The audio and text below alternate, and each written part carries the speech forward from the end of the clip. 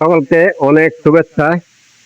আজকে প্ল্যান্টে ব্যবহৃত barrel type centrifugal compressor সম্পর্কে বলবো।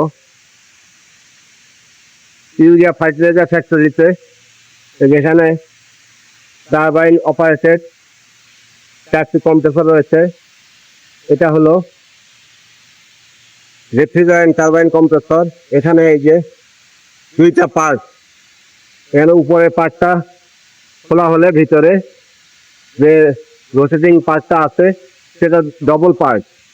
এখানে আরো 2টি কম্প্রেসর আছে, একটা হলো সিনথেটিক গ্যাস টারবাইন কম্প্রেসর এবং কার্বন ডাইঅক্সাইড কম্প্রেসর, আর এটা হলো আমার ফিড গ্যাস কম্প্রেসর। এটা ব্যারেল টাইপের, অর্থাৎ এটা সম্পূর্ণ একটা সিলিন্ড্রিক্যাল আইটেম। এই যে সেন্ট্রিফুগাল কম্প্রেসর, এটা টারবাইন অপারেটেড। এর উপরের পার্ট খুলে রোটরটা ডিসমেন্টেল করার কোনো সুযোগ নেই। এখানে সাইড থেকে এই যে এই বোল্টগুলো সম্পূর্ণ খুলে তারপরে এই পার্টটা ওপেন করতে হয়।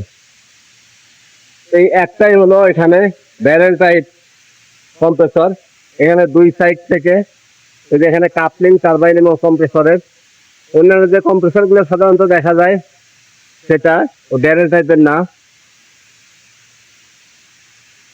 এটা একটু স্পেশাল টাইপের এবং এটা ডিসমেন্টলিং প্রসিডিওরও কিছুটা ক্রিটিক্যাল।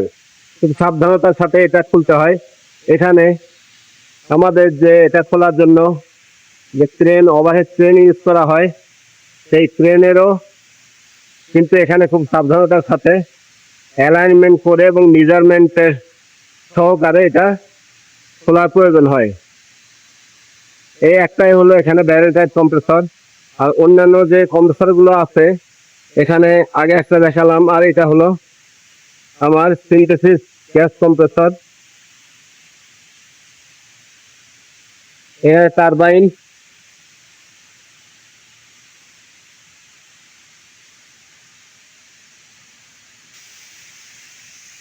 Carbon dioxide compressor.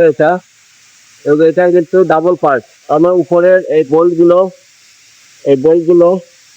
খোলার পরে এর উপরের পার্টটা কিন্তু আলাদা হয়ে যাবে এবং রোটেটিং যে রোটর যেটা সেটা কিন্তু এটা ওপেন করা যাবে বা বেয়ারিং পরিবর্তন করার ক্ষেত্রে এটা সহজে করা যাবে, কিন্তু ব্যারেল টাইপ হলে সেটা একটু ক্রিটিক্যাল।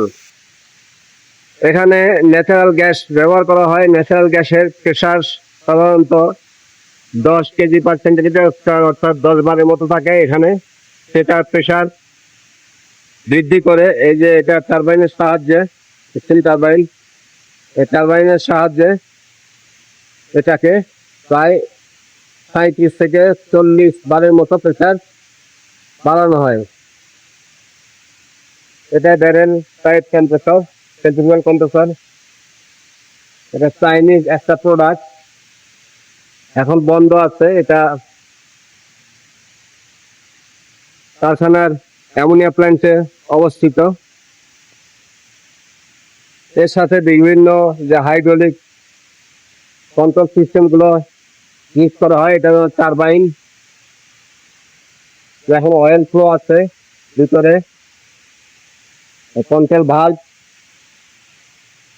এখানে সলিনয়েড ভাল্ব সহ আরো যে স্টার্টিং ইকুইপমেন্ট গুলো, এখানে আরপিএম,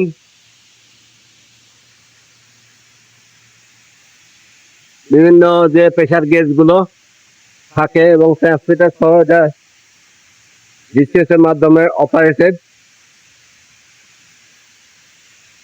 সেন্ট্রাল কন্ট্রোল রুম থেকে অপারেট করা হয়।